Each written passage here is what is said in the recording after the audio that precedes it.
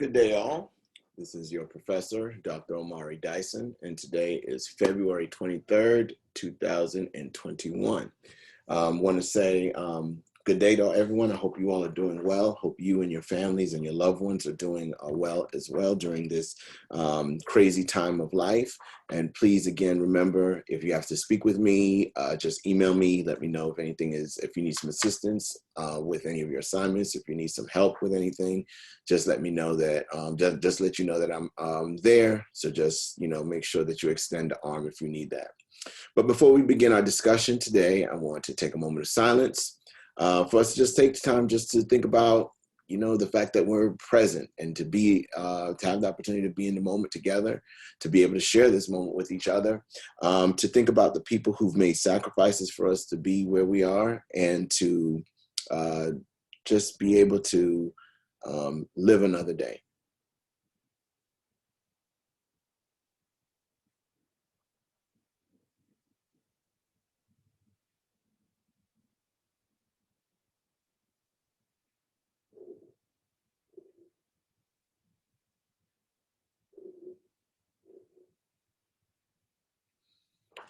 All right. So today I want to just take a few minutes of your time. I want to talk a little bit about some of the social issues a few social issues, some articles that I've sent you all, but just take a few minutes to talk about wrapping up, or I shouldn't say wrapping up, but, putting these things together to try to figure out what's going on in the world around us. I want to talk a little bit about your papers. I'm reading some of your initial brainstorming ideas, and I want to touch base with that a little bit. And then after that, I want to talk a little bit about overall context of the class, but more so taking it from the story of Sisyphus, but also applying it to this concept called change/transformation. So with that being said, I think it would be better for us to do the paper first. So when you go through the Canvas site, there is a section where we talk about the brainstorming piece and identifying problem. So I laid out a skeleton for you all to follow when you look at the first part of this Praxis 1 paper. So remember, your praxis, you're looking at identifying a problem. So what I want you all to think about, because some people are in a good place where they've touched on their topic very accurately, but there are some people that are a little bit broad in your approach. So for example, if I'm interested in childhood obesity, I'm looking at this, okay, I say, yeah, I'm interested in childhood obesity, well, what's the problem? Well, it's a big widespread problem, okay, but that's not giving the context of what I really want to discuss, all right? And just remember, we're not here to change the world per se, but what we want to do is advance knowledge in a particular area / particular space. So what I'm specifically focused on is how childhood obesity is impacting children, Black and Latino children from low-income communities in Kernersville or the Piedmont Triad area, all right? And I'm just making this up. And that within this population of people, we noticed that 35% of these children from the ages of 5 to 10 years old have been identified as obese. So that is much more specific, all right? And then I can go into specific schools that I'm interested in targeting to work with this situation. So what I want you all to do is really be specific when you identify your problem, because a lot of you all, maybe this is the first time that you're dealing with a paper like this, but I want you all to avoid the generalities. You can be general, but I want you to funnel it down to something very specific, which would be your niche area and your area of interest, all right? And remember to support your data, support your facts. Some people make some statements to say that, like, for example, if I say, childhood obesity is a major issue that's affecting children's academic performance. Well, where's my evidence to prove that? All right, I have to have something to back up that statement. Yes, I can see that there's a potential link based on my observations, but I need to be able to provide some supporting information that backs that up. So after observations and conversations with teachers and also interviews with parents and parents and children, we've noticed that children who have been identified as obese tend to be performing poorly in school, or performing poorly in school in comparison to students that have been identified as non-obese. That's something that we can work with and then explore those concepts as we move forward. So remember, the first part of your paper is you're identifying a problem and you're breaking down this problem, analyzing the problem. Why is this an issue? You have to answer the question, why is this an issue? Why is this relevant? Why do we need to address this issue? The next part of that, which is going to be the second part of the paper, is going to be you identifying a specific policy that has hindered this group. So has there something happened? Is there something that's happened in the Piedmont Triad area, a policy that was passed within the last 5 to 10 years or so that may have, that prior to this point, childhood obesity was not as rampant, but then after this policy or practice that was implemented, we noticed that there was a spike in this particular issue.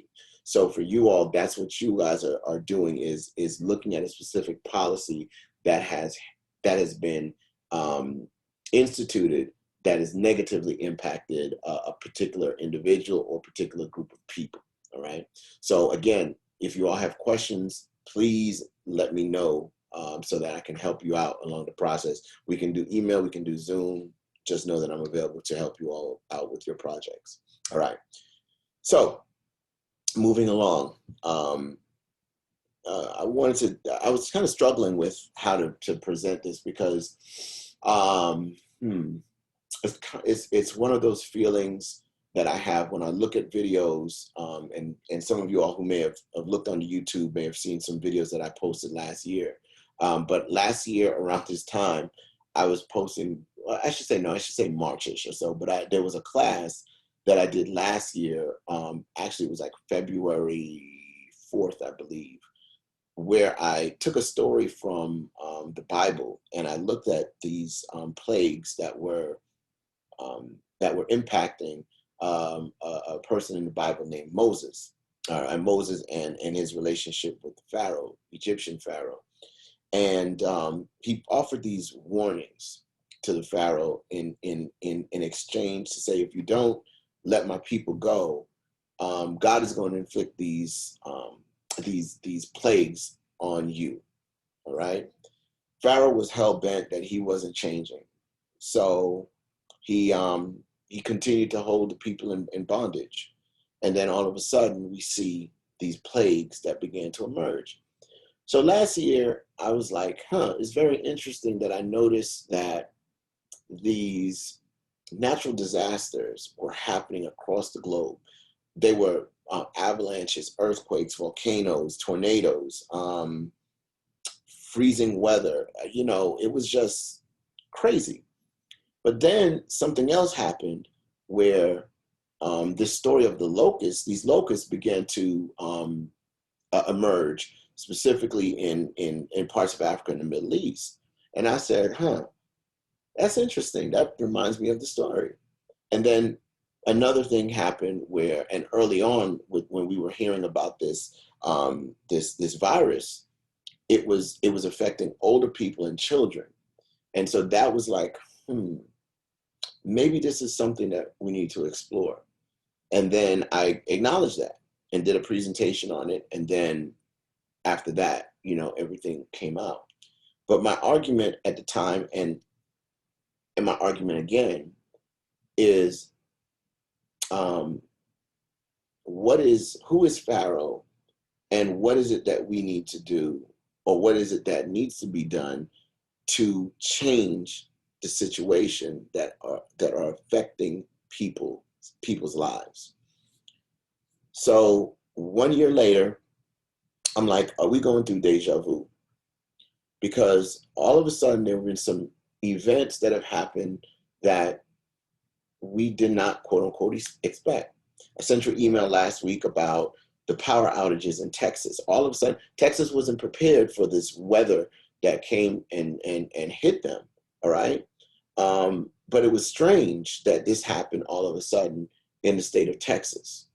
You may have heard stories of people that were leaving California because of the cost of living was so expensive in California, and they started migrating to Texas.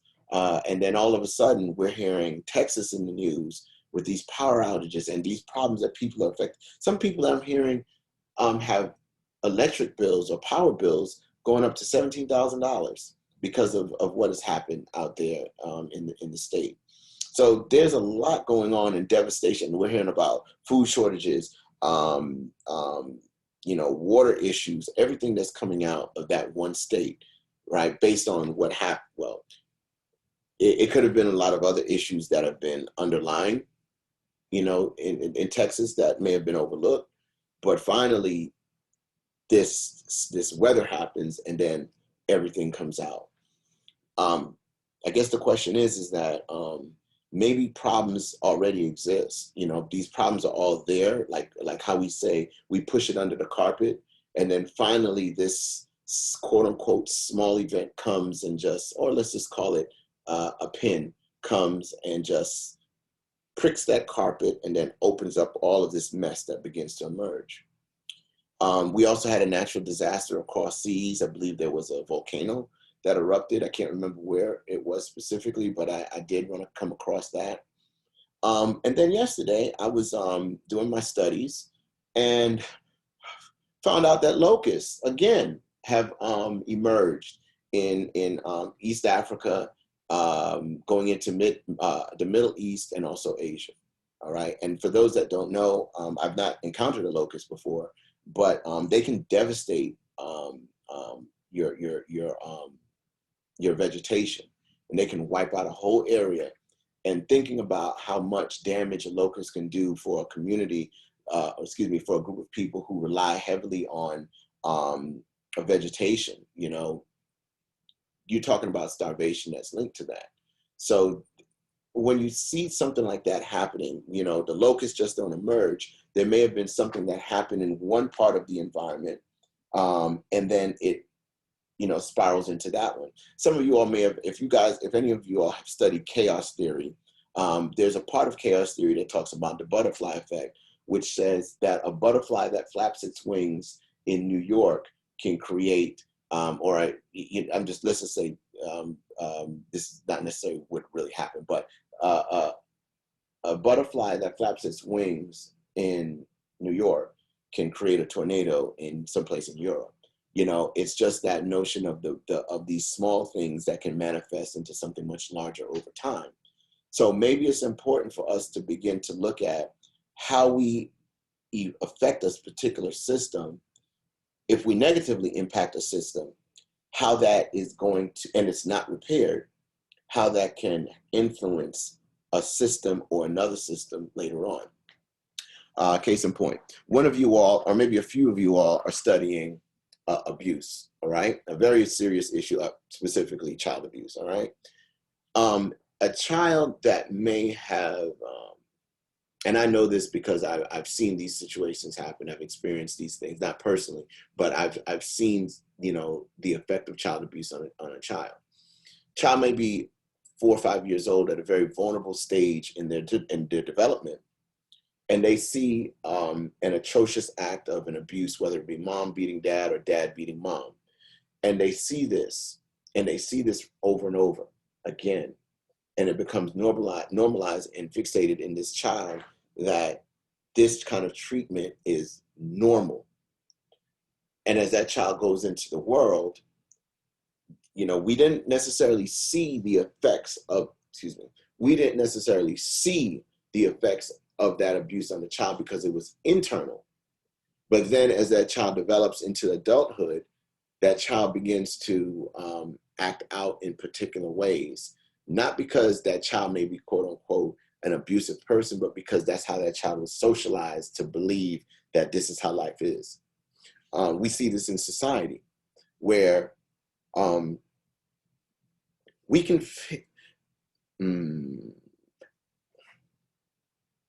trying to figure out how to say this. we can we can do more to address the plight of people in this society, people who don't have food, who don't have housing, the basic needs of people have been violated in this society. We, as an American people, can come together to address these issues and help other people. But for some reason, we don't, and I'm saying we as in, I'm not saying that myself or you, but I'm saying we as a whole um, fail to do that. The responsibility of the government is not necessary to just keep printing money as they're doing right now to say, oh, we're going to fix the problem by giving people money. But maybe the better issue or maybe more effective problem or effective solution is, how do we build manufacturing jobs in communities to rebuild those communities, that we can have a stronger economic structure begin to develop, a stronger educational system that develops, that teaches people quality education, provides them with quality skills that they can use to build and strengthen their community. Maybe that's a more effective solution than just taking these palliative efforts that are just, making the situation worse. And we're not figuring out that we are digging ourselves into a hole that we may not be able to get out of. All right. So I put that out there for you all to think about this. We know that these problems exist, but and many of us are doing things in our communities to try to address these issues, but for some reason, just like that stone that says that, the story of Sisyphus, we're pushing this stone or this boulder up this mountain only for it to fall back on us. What is it that we're missing in this conversation? Is it that we need a unified front to come together to help us push this boulder up over the mountain? Or maybe we may need to rethink why we're actually pushing this boulder over this mountain. What do I mean by that? 2 years ago, or I should say last year, I wanted to introduce actually this class to two movies. All right. War of the Roses. This is with Michael Douglas, Kathleen Turner, and Danny DeVito. And Won't You Be My Neighbor, which is the story of Mr. Rogers, all right, Fred Rogers. These are critical pieces that I think would be great when it comes to conflict transformation. But specifically, I want to focus on a quote that Danny DeVito said in this movie, where he said, "There is no winning, only degrees of losing." All right, if you can see that, there is no winning, only degrees of losing. And I thought about this when I was, thinking about what I want to share with you all today. So a few students made a statement to me that they're in this situation where they want to make change. They really want to make change. But the people or the powers that be, the people that are sitting at the table, aren't willing to bend on their ideals. That's a tough one. All right. And this can be from the racial aspect. This can be from, doing community work. Some of you all saw it even in the aspect of the movie, the Black Panther. It was like, we can do more. However, we choose not to for whatever traditional beliefs and ideologies that we hold to. Maybe it's those people's problems, but we're not thinking that maybe those people's problems are linked to something larger, a macro issue that is impeding their growth. Hence, this is the reason why you guys are writing those papers, to talk about potential factors that are hindering people from progressing. So now we know that these issues exist, where you have this barrier to change, and you're fighting and pushing and doing all that you can do, sacrificing your time, your body, your energy, relationships, trying to just make change. You shift your strategies. Maybe this is not working. Maybe you work with this person, etc. And you're doing this over and over again, but you don't realize that in the process of doing it, you're wearing yourself away. how much and how long do you endure that process? You know, this is scary reality because there are so many people in our history that have went against this power block, and they held strong to their belief and said, we need to make change. One person in particular, actually two people I'm going to mention. One of them is there's a recent film out, which I have to continue to watch it, but I've done extensive research on him. But the first part is Fred Hampton, and the film is Judas and the Black Messiah, and then Martin Luther King. Focus on the latter. Martin Luther King delivered the speech on Vietnam, all right, where he spoke out against the war in Vietnam. Now, arguably, and that speech was completed on April 4th, 1967. He died April 4th, 1968, 1 year, directly 1 year after that speech was delivered. The argument that I put out there was that his suicide letter, because the argument is that you never speak against a government during wartime, because that's an act of sedition. So he did that, and he spoke about the hypocrisy that exists within the country, that we're over there fighting, but we're not fighting the battle of poverty and racism in this country. True, but, and it's a moral question that he put out there. Why, how can we do this? And in turn, and he also was coming to the realization that this whole notion of integration, you know, in the words of Harry Belafonte in conversation with Dr. King, that King said to Belafonte that, I believe that, I'm paraphrasing it, but he says, I fear that I may be running my people or trying to put my people into a burning house. I'm trying to run my people into a burning house, as in the notion of integration. That integration was going to do more damage to his people than he initially thought. Now we think about this and say, what is it that we're missing here? It's not the people who are oppressed that really need to quote unquote change, but it's the people who are the oppressors that need to adjust and change what they're doing, because what they're doing is influencing millions of people, all right? And from the decisions and the inabilities, and I shouldn't say inabilities, but actually the reluctance on the part of those in power to embrace change for the better, in turn, we have all these other issues and all these fights that begin to happen within the oppressed class because we're not addressing the issues at hand. That's a sad reality. But then when you have those soldiers, those sacrificial lambs, I hate to use that word, but it's unfortunately that's a reality, because that's how they've been treated. You have these individuals that stand out, these true leaders that say, you know what, in the words of King, silence is the voice of complicity. If I sit back and don't say anything when wrong is happening, who does that make me?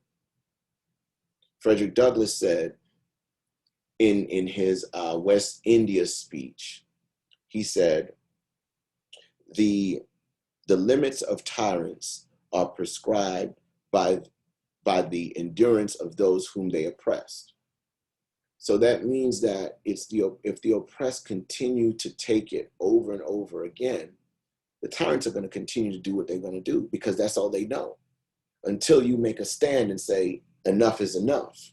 Now, that decision, enough is enough, has its consequences.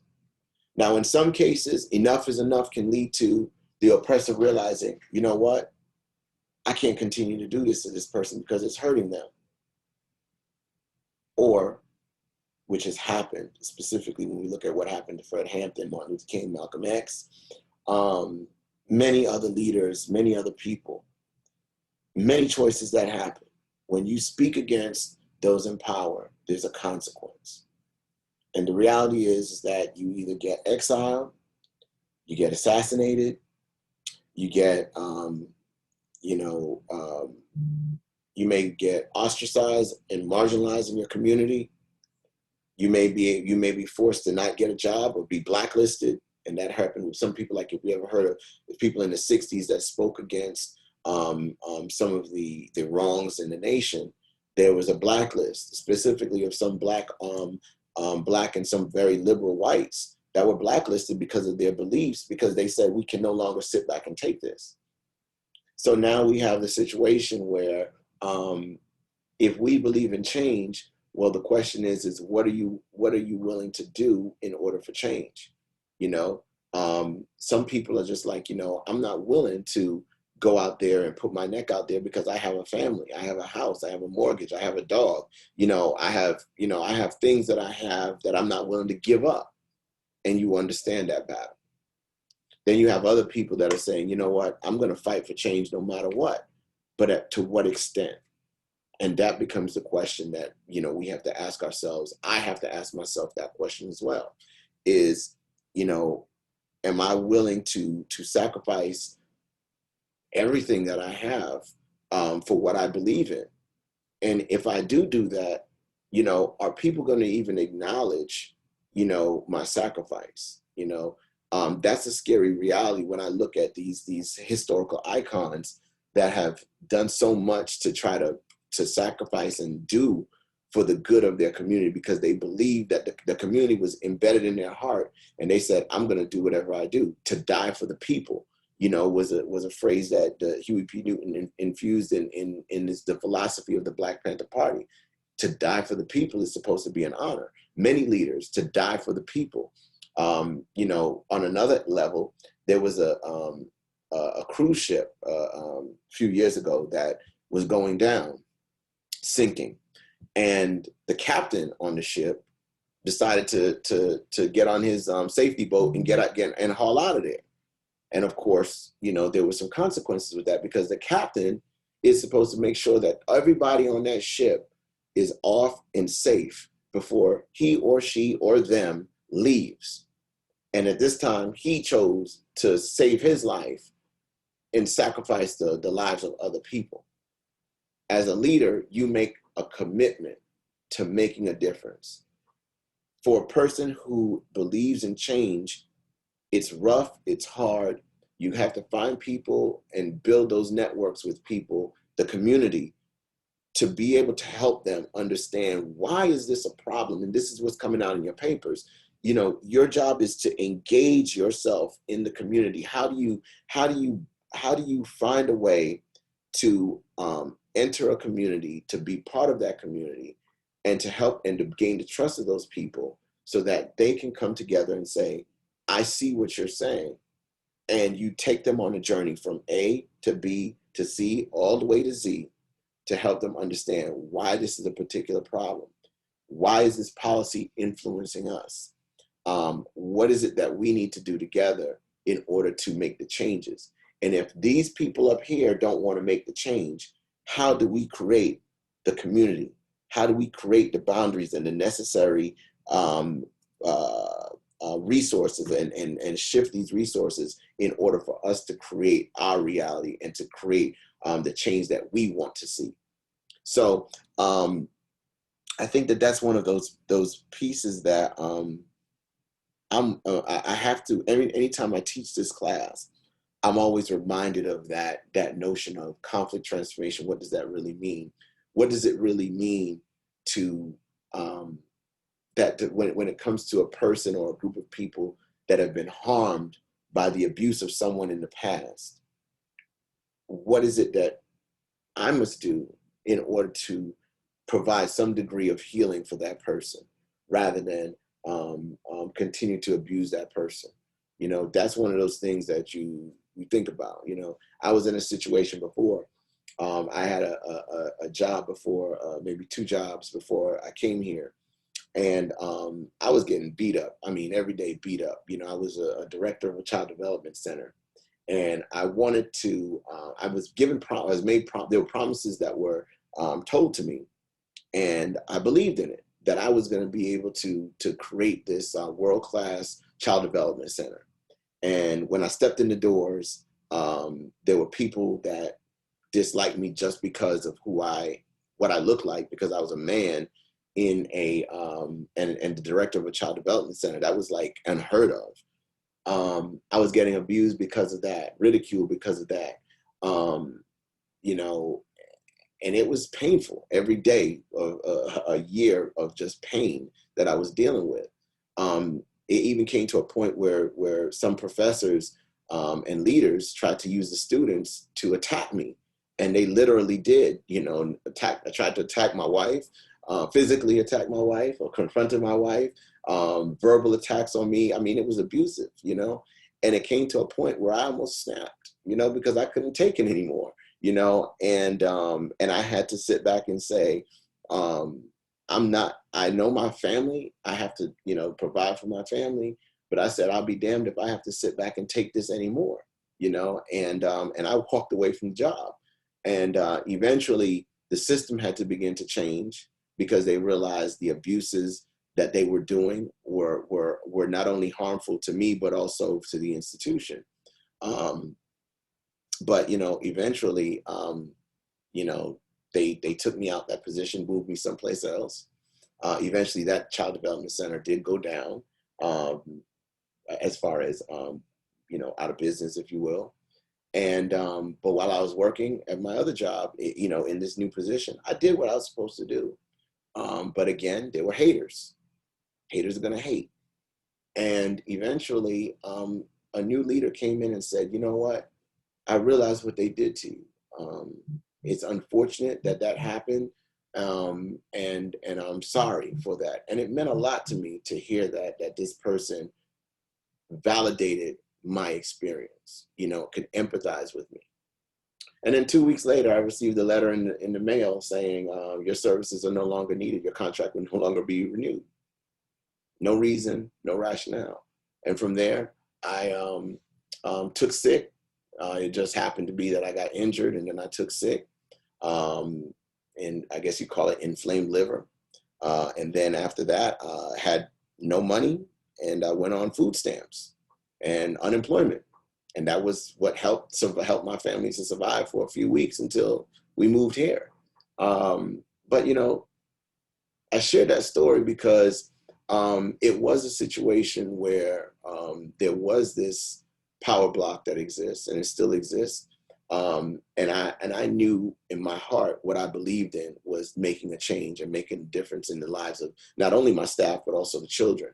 And I did whatever I could do to make a difference in their lives, even to the point that it destroyed me in the process. Would I be willing to do that again? That's a question that I ask myself constantly, if I would be willing to do it again, because I did see magic when I work with people and the relationships that I developed. But for what it did to my body and my psyche, I don't know. And that scares me, because I don't know if I would be willing to do that again. So I share that with you guys again to say, really think about what you really want to do with this degree. Think about what you really want to do when it comes to making a difference in the lives of people. Because in some cases, there are some stories that are some great success stories that people were able to transform their communities in ways that, you know, you can never think of. But there are plenty of soldiers and people who've done it, and they I wouldn't say they failed, but there were barriers in place that forced them to fail. And the consequences were devastating. So just think about it, you know, but encourage, but don't be discouraged, but push yourself to the next level and find ways to be creative in being able to impact and touch lives without having to go to the quote unquote dark side in order to accomplish your goals. So anyway, with that being said, I wish you well. Thank you if you stayed to the end of this video. Thank you for your time. Thank you for your energy. Nothing but love and respect. Please stay safe out there, and until we meet again.